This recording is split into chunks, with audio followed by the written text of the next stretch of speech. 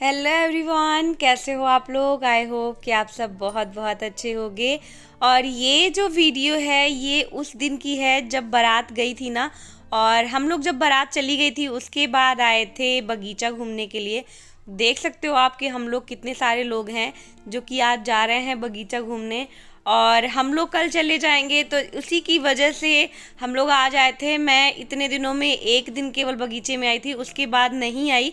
तो मैंने सोचा चलो आज आप लोगों को मामा के गांव के खेत और बगीचे दिखाए जाएं। और देख सकते हो कितना प्यारा सा नज़ारा है और बहुत बड़ा बगीचा है। ये ट्यूबवेल है। और जब मैं इधर आती हूँ ना तो मुझे अपनी बचपन की चीज़ें याद आती हैं, क्योंकि मैं ज़्यादातर अपने मामा के गांव में आती थी और यहाँ ढेर सारी मस्ती करती थी बचपन में। ये ट्यूबवेल में ना मैं पानी भरा होता था उसमें घुस जाती थी और खेलती थी। तो बहुत सारी यादें हैं मेरे बचपन की जो कि मुझे बहुत ज़्यादा याद आती है जब मैं इस तरफ आती हूँ।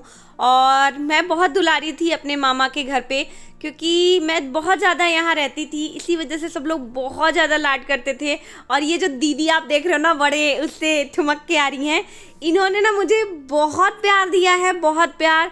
समझ लीजिए कि मैं जब छोटी थी तो ये मुझे खाना खिलाने से लेके मेरा सारा काम यही करती थी। और अभी देखिए बाबू आते ही ना पेड़ पे चढ़ गई है और कितनी खुश है। बच्चों को कहाँ बगीचा वगैरह देखने को मिलता है, गांव में ही ये सारी चीज़ें होती हैं। और सच बताऊँ ना तो बच्चों को गांव में लेकर ज़रूर आना चाहिए, क्योंकि गांव के रीति रिवाज सारी चीज़ें ज़रूर देखना चाहिए। और इधर देखिए दीदी चढ़ गई थी पेड़ पे और मैं भी चढ़ी थी, लेकिन मैं बहुत ज़्यादा ऊंचे पे नहीं चढ़ी थी, क्योंकि मुझे पता था कि अगर मैं गिर गई ना तो मेरी तो हड्डी पसली एक हो जाएगी। और अभी मुझे कानपुर भी जाना है क्योंकि कल की ही टिकट है। तो गाइज एक चीज़ बताऊँ, इस बगीचे को देखकर मुझे एक चीज़ याद आई कि एक टाइम था मैं जब छोटी थी तो मैं, मेरी सिस्टर, भैया लोग सब लोग बगीचे में आते थे। और एक बार तो क्या हुआ था कि बगीचे में मेरी जो एक सिस्टर है रूबी, वो पेड़ पे चढ़ गई थी और जब पेड़ से उतर रही थी ना तो डाल का जो कोना होता है उसकी आंखों में लग गया था और बहुत तेज खून निकल रहा था।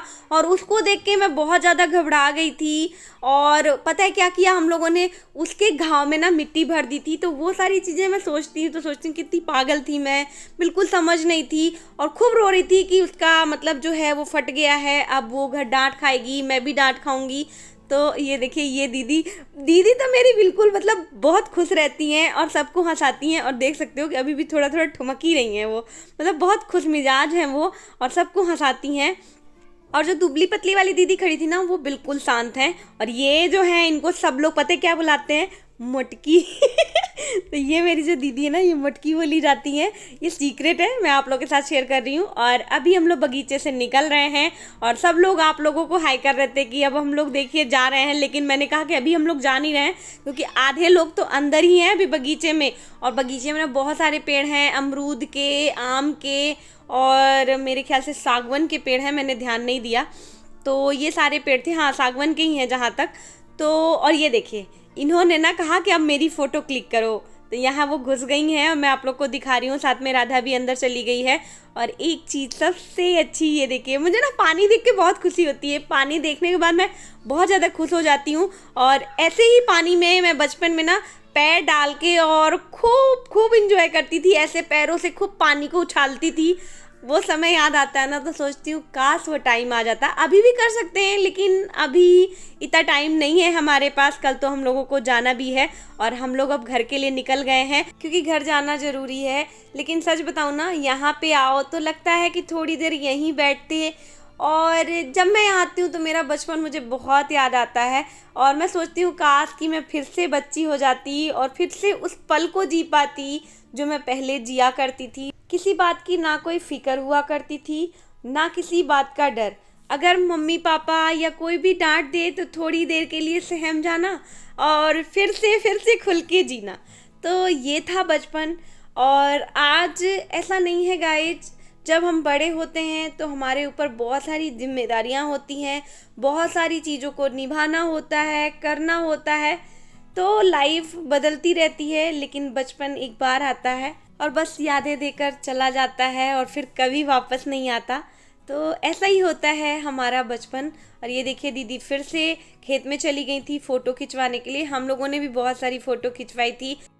और ये वीडियो मैं इसलिए बना रही हूँ ताकि मैं कल को इस वीडियो को देख के खुश हो पाऊँ कि मैंने फिर से एक बार अपने बचपन को जिया है। और यहाँ पे हम सब बाय कर रहे हैं क्योंकि अब हम लोग घर जा रहे हैं। तो चलिए गाइज, मैं मिलूँगी आप लोगों से घर पर ही।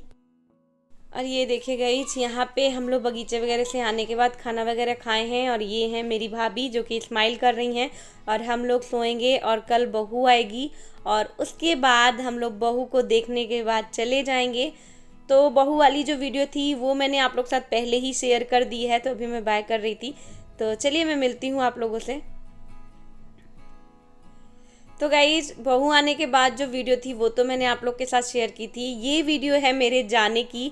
हम लोग जा रहे हैं स्टेशन क्योंकि हमें अब कानपुर जाना है। और एक दिन बाद की टिकट हम लोग करवा लेते क्योंकि बहू आ रही थी, उसी दिन जाना ठीक नहीं लग रहा था, लेकिन टिकट ही नहीं मिल रही थी जिसकी वजह से हम लोगों को आज ही जाना पड़ रहा है। और सच बताऊं तो मैं बहुत ज़्यादा उदास थी और जब मैं निकल रही थी तो मैं रो रही थी। मुझे अंदर से बहुत बुरी सी फीलिंग आ रही थी।